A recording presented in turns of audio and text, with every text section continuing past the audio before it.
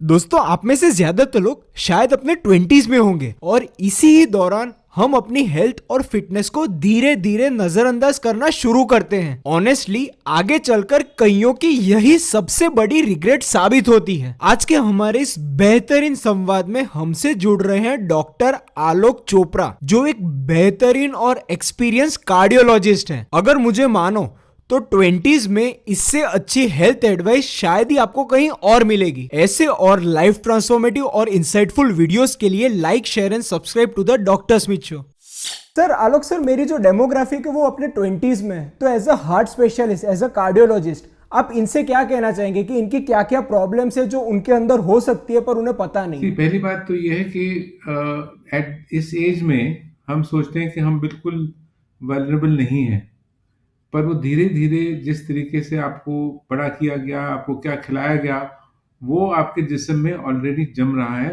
आपको उस टाइम पता नहीं। फॉर एग्जांपल, अगर हम शुरू से ही ज़्यादा कार्बोहाइड्रेट खाना शुरू कर दें, तो वो कार्बोहाइड्रेट्स यूटिलाइज नहीं होते पूरी तरह। जब हम खाना खाते हैं, कार्बोहाइड्रेट खाते हैं, तो थोड़ा-सा खाना तो जाता है यूटिलाइज़ेशन में और थोड़ा-सा होता है स्टोरेज में। स्टोरेज कहाँ होती है? लिवर में या मसल्स में। 2 घंटे, 3 घंटे के बाद कार्बोहाइड्रेट का यूटिलाइज़ेशन खत्म हो जाता है। उसके बाद बारी आती है फैट की, पर हम फैट को टाइम ही नहीं देते खाने को, क्योंकि हम फिर कार्बोहाइड्रेट खा लेते हैं। अगर कार्बोहाइड्रेट नहीं भी खाएँ, हम कुछ ना कुछ तो खा ही लेते हैं। तो इसलिए क्या होता है कि वी एंड अप के दिन में 3 बार तो मेन मील हो गए, उसके बाद 3-4 मील हो गए स्नैक्स के, एक बेड टाइम स्नैक हो गया। तो हम 7-8 बारी कम खाएँ, ज़्यादा खाएँ, बुरा खाएँ, अच्छा खाएँ, खा रहे हैं। एक तो ये पॉइंट है। बट आप पूछेंगे कि इसमें प्रॉब्लम क्या है? कि जिस तरीके की एडवाइस हमें मिली थी, अब वही हमने गलत एडवाइस मरीज़ों को भी दे दी कि भई आपको कार्बोहाइड्रेट ज़्यादा खाने हैं क्योंकि उनमें बड़ी एनर्जी है। बात तो ठीक है। और क्योंकि एनर्जी बड़ी जल्दी खत्म हो जाती है, इसलिए आपको बार-बार खाना है, क्योंकि आपकी मेटाबॉलिज़्म अच्छी चलेगी। अब सुनने में बिल्कुल ठीक लगता है, बट ये गलत है बिल्कुल। क्यों गलत है? क्योंकि ये काम इंसुलिन कर रहे हैं। यहाँ सब लोगों को इंसुलिन का मालूम है? नहीं सर, ये आप थोड़ा खाली समझा दीजिए तो उन्हें वो अच्छा, आसानी बॉडी रहेगी में समझ। हमारे एक हार्मोन होता है इंसुलिन। उसका काम होता है कि शुगर को सेल में डालें, सो दैट उसकी यूटिलाइज़ेशन हो जाए। पर हमें ये नहीं पता था कि हमारा जो डीएनए है, डीएनए समझते हैं, वो 20,000 साल पुराना है। उसके साथ एक प्रॉपर्टी है कि फैट स्टोर करो और फैट बर्निंग को कम करो। तो आप पूछेंगे कि भगवान ने हमें ऐसा ये घटिया काम क्यों दे दिया कि भी फैट स्टोर करो और फैट बर्निंग कम करो। उस टाइम के लिए ठीक था, क्योंकि उस टाइम खाना नहीं मिलता था। कभी कभी मिला, कभी कभी नहीं मिला। तो ये हमारे डीएनए में है, हम इसको बदल नहीं सकते। अच्छा, ये काम जो है, ये इंसुलिन का मेन काम है। इंसुलिन का दूसरा काम क्या है कि हमको डायबिटिक ना बने। तो अगेन ये पैराडॉक्स आ गया कि एक तरफ से हमको डायबिटिक बनने से बचा रही है, और एक तरफ से जब भी हम खाएंगे तो हमारे बॉडी में फैट स्टोर होता है। और वो कहाँ स्टोर होता है? पहले लिवर में, फिर पैनक्रियाज में, फिर किडनी में, फिर आईज में, हार्ट में, नर्व्स में। और आपको नहीं दिख रहा वो, क्योंकि आप अभी उतने ही स्लिम हो जैसे अभी दिख रहे हो, पर आपके जिस्म के ऑर्गन्स के आसपास बन रहा है। और जब सारे ऑर्गन्स में भर जाता है, तब उसके बाद मुंह में आएगा, बॉडी पे आएगा। तो इसमें आपको एक नहीं, 20-30 साल लग सकते हैं। मतलब 20-30 साल में आप बड़ी मस्ती में घूम रहे हो कि मेरे को कोई तकलीफ नहीं है। सडनली एक दिन आप डायबिटिक बन गए, सडनली कुछ हार्ट प्रॉब्लम आ गया, सडनली एक ऑटोइम्यून इलनेस आ गई। तो तुमने कहा कुछ क्या हुआ भाई? कुछ नहीं हुआ, कैसे हो गया? किसी को ये नहीं मालूम कि आपके हर ऑर्गन के आसपास फैट जमाव हो रहा है, और हमें मालूम नहीं। जब तकलीफ आती है तब देखते हैं कि अरे इतना फैट हो गया। तो इसीलिए हमको अभी से अपना ध्यान रखना है। कुछ ज़रूरी टेस्ट हैं वो करो, देखने के लिए कि भी आप कहाँ हैं। आपके पास डेफिशिएंसीज़ बहुत हो सकती हैं, ख़ासकर विटामिन डी की, विटामिन बी 12 की, दूसरे विटामिन्स की। न्यूट्रिशन टेंडेंसीज़ हैं। हम नहीं तो बहुत जंक फूड खा लेते हैं। जंक फूड में 2 प्रॉब्लम्स हैं, एक तो उसका कोई फ़ायदा नहीं होता, दूसरा है कि जंक फूड में इतनी उल्टी-सीधी चीज़ें मिली हैं कि हर आइटम जो खा रहे हो वो पॉइज़न हो जाती है। पॉइज़न मैं इसलिए यूज़ कर रहा हूँ क्योंकि है पॉइज़न, और आपको मालूम नहीं है कि पॉइज़न है, धीरे से आपको पॉइज़न कर रहे हैं। और उसकी जो एक्सप्रेशन है वो 2-3 डेकेड्स में आती है। तो इसलिए अभी से ही चौकन्ने हो जाओ। सर तो इसमें अगर कोई भी इंसान, चलो मान लो कि वो 25 साल का इंसान है और एकदम वो दुबला पतला है और वो एक एथलेटिक भी है, पर उसके अंदर हमने जैसे बात की तो ऐसी गड़बड़ हो सकती है। तो सर आपके ये 40 साल का जो पूरा एक्सपीरियंस है, तो ऐसा कोई केस है कि ऐसा कोई ऐसा मतलब कॉमन केस जो हम दर्शक के साथ शेयर कर सकते हैं, ताकि वो भी रिलेट कर पाए और वो भी मतलब अपने आप को जांच पाए। जैसे आपने अभी बात की कि ऑर्गन्स के आजू बाजू की फैट, जो विसरल फैट कहते हैं, तो उसका सबसे अच्छा इंडिकेटर हमारा जो पेट के कमर का जो गर्थ होता है वो होता है। तो सर ऐसे कौन कौन से टेस्ट है, ऐसे कौन कौन से असेसमेंट क्राइटेरिया है जिससे हम खुद ऐसे मतलब खुद को ऐसा जांच सकते नहीं, उसमें ऐसा जी कि पहली बात तो ये है कि हम सब अपने आप को ना वेट पे हम अपने आप पे निर्भर हैं कि हमारा वेट कितना है। अब आपका वेट फैट वेट हो सकता है या बोन वेट हो सकता है या मसल वेट हो सकता है। तो हमें देखना है बॉडी कॉम्पोजिशन। तो इसलिए हम किसी को वेट, अगर आपके पास वेइंग स्केल है तो वो अपने दुश्मन को भेज दो, उसको चढ़ने दो ऊपर नीचे रोज, क्योंकि वेट लेने से कोई मतलब नहीं है। हम चाहते हैं बॉडी कॉम्पोजिशन। बॉडी कॉम्पोजिशन में हमें पता लगता है कि कितनी फैट है, फैट की परसेंटेज कहाँ है, मसल कहाँ है, फैट कितना बना हुआ है, हमारा बीएमआई समझते हैं ना, बेसल मेटाबॉलिक रेट, वो कितना है, तो विसरल या। फैट कितना है, वो सब एक ही चीज में 5-10 मिनट का ये टेस्ट है। बड़े बड़े जिम्स में होता है, तो वो कराना चाहिए और उसी को हर 2-3 महीने में आप चेक करें। अब जैसे आज ही हमारे पास कोई आया था, वो मतलब बहुत पतला सा था, क्योंकि उसको बताया गया था कि कम खाना चाहिए। अब कम खाना भी बड़ा गलत है, क्योंकि हमारा मंत्र है कि कम नहीं खाओ, कम बारी खाओ और मोस्टली प्लांट्स खाओ। तो ये हमारा मंत्र है 12 के ईट, मतलब don't eat less, eat to full satisfaction. Full satisfaction ये नहीं मतलब कि पेट फट रहा हो। Eat to full satisfaction, eat less often, mostly plants. तो हम अबाउट 70 to 80% हमें वेजिटेरियन होना चाहिए। बट अब जो लोग वेजिटेरियन है वो इस बात को नहीं मानेंगे। बट बात यह है कि भाई ये जो 20-30% नॉन वेज खाना है, वो उसमें कई बड़ी इंपॉर्टेंट चीज़ें हैं और वो कई ऐसी चीज़ें हैं जैसे कि ओमेगा 3।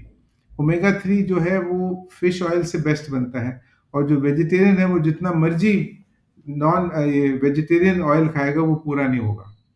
तो इसीलिए हम चाहते हैं कि कुछ लोग अगर फिश ऑयल खा सकें, जिसमें फिश ना भी खानी पड़े। जैसे कई लोग हैं वो कहते हैं जी कि मैं कहा जी आप दूध तो पीते हो, दूध भी जानवर से आ रहा है, तो अंडा भी जानवर से आ रहा है, तो थोड़ा सा खा लिया करो। सर अभी हमने जेनेटिक की बात की थी, जो 20,000 साल आपने जो कहा, तो आजकल ये बड़ा ही एडवाइस किया जाता है कि हमें हमारे एंसेस्टर्स की जो लाइफस्टाइल है हम्म। उसे फॉलो करनी चाहिए, ताकि हमारी लाइफ में जो हमारे जो लाइफस्टाइल जो अभी मॉडर्न डिसीजेस, क्रॉनिक डिसीजेज है, उसका सबसे बड़ा कारण हमारी लाइफस्टाइल जो हमारी वेस्टर्नाइजेशन हो गया है वही है। तो सर ऐसी जो एंसेस्ट्रल लाइफस्टाइल में से 4-5 कौन सी चीज़ें जो हम हमारी लाइफ में बताता हूँ उसको। इनकलकेट कर देखो सकते ऐसा हैं? है कि 20,000 साल पुराना हमारा डीएनए है, और वो जैसे मैंने अभी बताया कि हम बदल नहीं सकते। तो हम उस चीज के साथ फंस चुके हैं। और पहला तो है एग्जाम्पल कि हम, वो हमारे पुराने ज़माने के जो लोग थे क्या खाते क्या थे। उस टाइम कोई ग्रेन्स नहीं थे, कोई डेयरी नहीं था, राइस भी नहीं था, और फ्रूट भी था या नहीं था ये पक्की बात नहीं है। क्या था वहाँ? Vegetables vegetables vegetables vegetables. हम सोचते थे कि वो बड़े मांसाहारी हैं, वो है नहीं मांसाहारी, बिकॉज उनके पास कोई यंत्र नहीं था बड़े बड़े जानवर को, जानवर उनको खाते थे। तो वो वेजिटेबल्स ज़्यादा खाते थे, नट्स खाते थे, रूट्स, सीड्स, बाग खाते थे। और जो नॉन वेज फूड था वो था फिश या डक, क्योंकि वो उनको वापस काटती थोड़ी ना था बाकी जंगली जानवरों जैसे। तो फिश और डक खा सकते थे। तो उनका ये है, हमारा तो ये खाना है ही नहीं। बिना ग्रेन्स के, बिना राइस के, बिना फ्रूट के तो कोई खाना बनता ही नहीं लोगों का। तो अगर हम कुछ देर के लिए, 6 हफ्ते के लिए, 3 महीने के लिए अपनी मेटाबॉलिज्म बदल लें, टू टू दी, जहाँ हम अपने एंसेस्टर्स के मतलब एंसेस्टर जो करते थे वो करें। वो क्या करते थे? नंबर वन, सुबह उठ के भागते थे। क्यों भागते थे? जंगली जानवरों के बचने से या खाना ढूंढने। फिर थोड़ा सा वेट एक्टिविटी करते थे, मैनुअल वर्क करते थे। फिर थोड़ा सा तेज भागे कहीं, फिर कोई मैनुअल वर्क किया, फिर 5 मिनट चले, 10 मिनट चले, फिर कुछ काम किया। तो सारा दिन कुछ ना कुछ स्प्रिंट लाइक एक्टिविटी होती थी, वेट लाइक एक्टिविटी होती थी, और most importantly small quantities of mild to moderate activity. ये जो 10,000 स्टेप वाली कहानी है ना, वो ठीक नहीं है। आप 10,000 स्टेप जरूर चलिए रोज, बट एक टाइम पे नहीं चलना। अगर एक ही टाइम पे 10,000 स्टेप चलेंगे तो आपका वेट तो कम होगा ही, बट आपका वेट कम होगा मसल वेट से या बोन वेट से। तो आप बड़े खुश हैं कि भी मेरा वेट कम हो गया। आपने मैराथन रनर्स को देखा होगा, पतले से होते हैं, ऐसा लगता है कि उनके ऊपर फूंक मारो तो मर ही ना जाए। और अगर उनका पेट खोल के देखेंगे, जैसे हमने एक रिसेंटली मैराथन रनर को अपेंडिक्स का ऑपरेशन था, हमने उनका पेट खोला, क्या निकला अंदर से? फैट। उसकी बॉडी फैट जमा रही है कि उसको फैट जमाना कि it is a rainy day के लिए कहीं से फैट जमना है। तो एक सबसे इंपॉर्टेंट बात ये है, सो जरूर 10,000 स्टेप चलिए, पर उसको 10-12 बारी में करिए। फिर वो सुबह उठ के खूब काम करते थे, इसलिए उनको पहला मील जो है वो सबसे बड़ा मील होना चाहिए, क्योंकि बहुत काम किया, खूब भूख लगी थी, they deserve a big meal. So first meal is your biggest meal. So when I say first meal, I am removing the fact कि there is breakfast, lunch, tea, dinner. ये जो टर्मिनोलॉजी हमने हटा दी है, हम सिर्फ कहेंगे फर्स्ट मील या सेकंड मील। वो हो गया। फिर सारा दिन उन्होंने काम किया, सूरज डूब गया, जो सुबह से बचा कुचा था वो सूरज डूबने से पहले खा लिया। ये तीसरा पॉइंट है कि हमारा जो आखिरी खाना है वो सूरज डूबने से पहले खाना चाहिए, बट आजकल के ज़माने में बहुत मुश्किल है। तो हम कम से कम 3 घंटे या 4 घंटे लास्ट मील और स्लीप के बीच में होना चाहिए, because sleep is meant for rest, rejuvenation and repair. चौथा बात हो गया कि हमारा जो लास्ट मील है वो, क्योंकि फूड स्केर्स था, वो सबसे छोटा मील है। So first meal biggest meal, last meal smallest meal, and only 2 meals. मतलब 2 मील्स से ज्यादा हमारा डीएनए रिवोल्ट करता है, और अक्सर उनको खाना कभी कभी नहीं मिलता था। सो हफ्ते में एक बार या 10 दिन में 2 बार हमको एक 24 घंटे का फास्ट करना चाहिए, और उसमें हम green tea, green coffee, black tea, black coffee, मेथी पानी, धनिया पानी, नींबू पानी, और बोन ब्रॉथ। अब बोन ब्रॉथ जैसी इंपॉर्टेंट चीज कोई नहीं है, इतनी ताकतवर चीज कहीं नहीं बनी। सिर्फ प्रॉब्लम है कि भी नॉन वेज आदमी नहीं खा सकता, वो वेजिटेबल ब्रॉथ खाएंगे, but again like omega 3 vegetarian, vegetable broth मतलब बोन ब्रॉथ के सामने नहीं आ सकता। तो अगर आप ये खाएंगे तो आपकी बॉडी बहुत स्ट्रांग हो जाएगी, और जब फास्टिंग करेंगे तो आपके सारे bad cells, misbehaving cells, older cells, pre cancer cells, वो सब खत्म हो जाएंगे। और क्या खत्म नहीं होंगे? हमारे स्टेम सेल्स। तो स्टेम सेल्स हैं वो 3 हफ्ते, 4 हफ्ते, 5 हफ्ते बिना मरे जी सकते हैं, तो वो बाहर आ जाते हैं। दैट मीन्स जब हम फास्टिंग करेंगे तो हमारे यंग सेल्स या स्टेम सेल्स बाहर आएंगे, हमारे को एक नई लीज ऑफ लाइफ मिलेगी, यूथफुलनेस की एडवाइस मिलेगी। That is important. सर मैं आपको सिरकाडियन रिदम के बारे में पूछना चाहूँगा, जो हमारी बॉडी की जो इंटरनल बॉडी क्लॉक होती है। तो कहते हैं कि हमारी हेल्थ, अगर हम लोग अपनी लाइफस्टाइल को उसके साथ सिंक कर दे तो हमारी हेल्थ नेचुरली अच्छी हो जाएगी। तो सर इसके बारे में बताएं, क्योंकि हम दोनों का एक बहुत ही अच्छी फेवरेट बुक है जो है सिरकाडियन कोड, जिसके ऊपर मैंने 3-4 वीडियोस अपनी चैनल पे बनाए हुए हैं। पर सर आपके एक्सपीरियंस के बेसिस पर हमें सिरकाडियन रिदम को कैसे सिंक करना चाहिए वो बताएं। हाँ, वो मैं बताता हूँ। देखो, हमारा जब मैं किसी को शुरू करता हूँ, मैं उनको एक मंत्रा बोलता हूँ।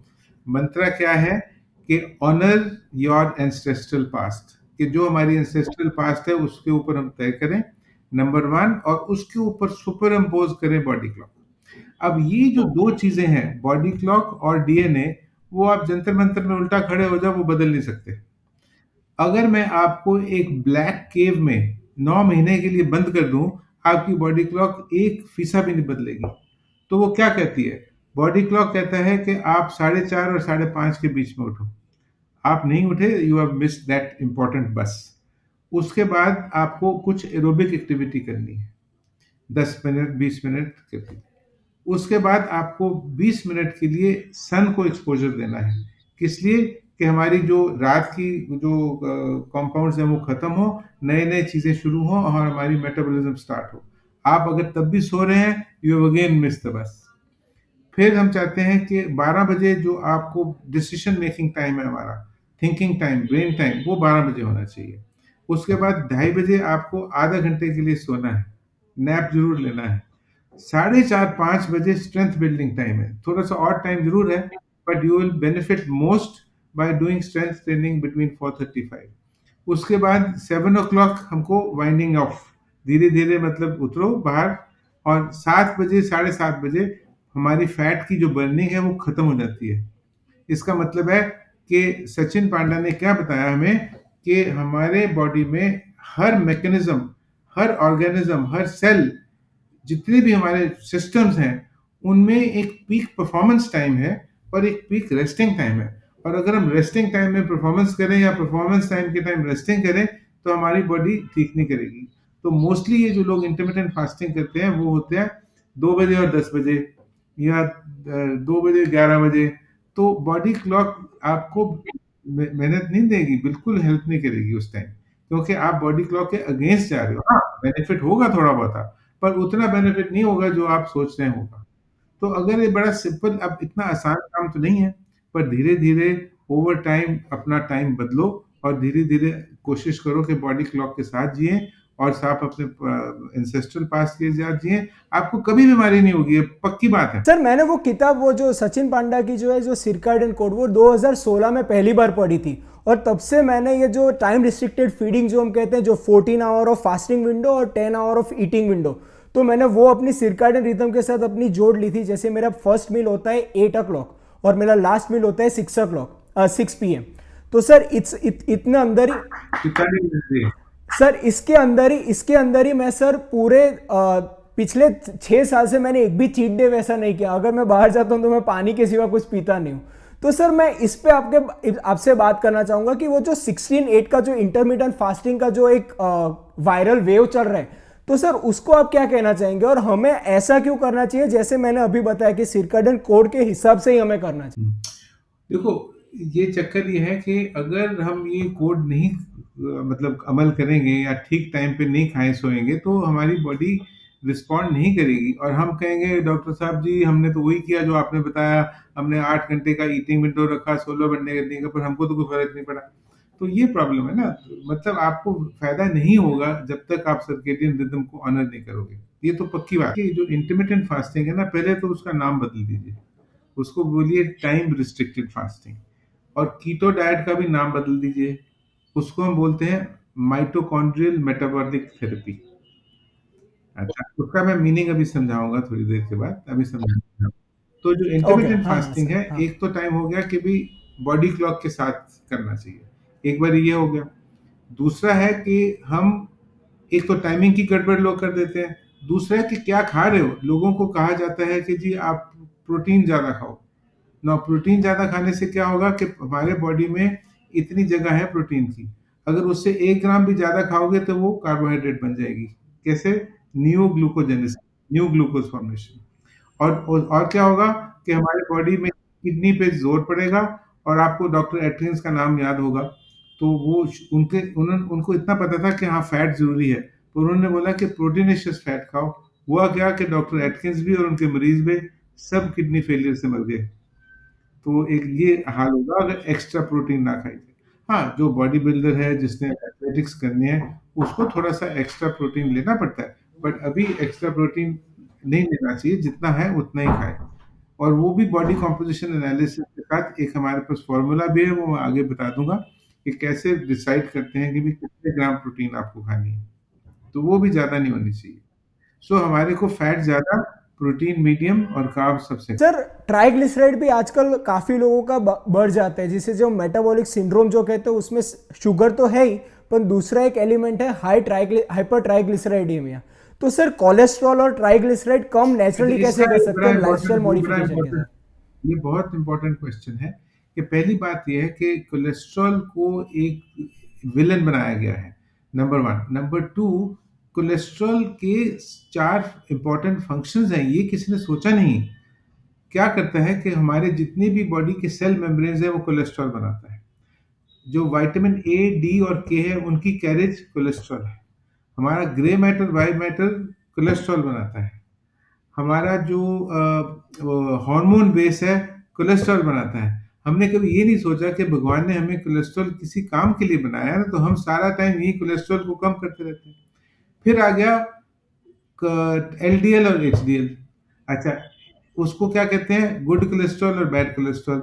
मैं आपको बताऊंगा कि एलडीएल एचडीएल कोलेस्ट्रॉल है ही नहीं।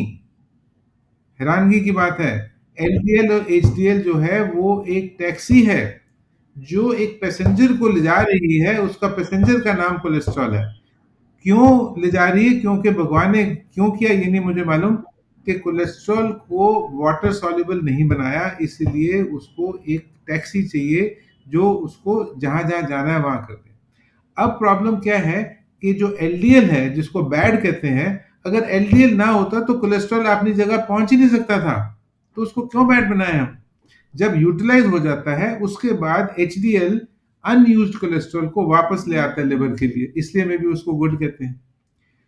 अब हम कहें कि जी देखो, एक आप समझ लो लंदन गए, आप वापस आए, टैक्सी बुलाई, टैक्सी वाले ने आपको बिठाया आपकी डिक्की में, अपना सामान रखा, डिक्की खोल के उसमें ड्रग्स डाल दी, पुलिस ने रोक लिया, कौन जेल में गया? आप गए। ये है कोलेस्ट्रॉल का हाल। कोलेस्ट्रॉल जो है वो अकेला बेचारा बैठा था, जबरदस्ती उसको जेल में डाल दिया। अच्छा, अगर कहीं बिल्डिंग को आग लग रही है और हम कहें यार वो फायरमैन ने आग लगाई है, तो कोलेस्ट्रॉल जो बेचारा ना इसी चक्कर में मारा गया। उसके बाद हमें पता लगा कि एलडीएल भी दो किस्म का है। एक एलडीएल है टाइप ए, ये किसी को नहीं पता, ये आपने भी नहीं सुना होगा कभी, कि एक होता है टाइप ए, वो रुई जैसा है, नरम, आर्टरीज में चल रहा है तो आर्टरीज को छिल नहीं रहा है। एक होता है टाइप बी, वो उस कांटे वाला होता है, वो छिल देता है। अब जब हम गलत खाना खाएं, इन्फ्लेमेशन क्रिएट करें, ऑटो इम्यून चीजें करें, गलत मल चीजें करें, तो हमारा जो एलडीएल है वो ए से बी बन जाता है। जब बी बन जाता है तो तब आपकी आर्टरीज को निचोड़ देता है, वो क्या कहते हैं, जैसे स्क्रैच कर देता है। हाँ, छील देता है। जब स्क्रैच करता है तो कोलेस्ट्रॉल उसके ऊपर एक बैंडेड लगा देती है। आप फिर सील दिया, फिर कोलेस्ट्रॉल ने बैंडेड लगा दी। अब समझ लो किसी की डेथ होगी, उसका पोस्टमार्टम हुआ, तो उन्होंने आर्टरी खोला तो देखो कोलेस्ट्रॉल बैठा है। बोलो जी इसने काम खराब किया है।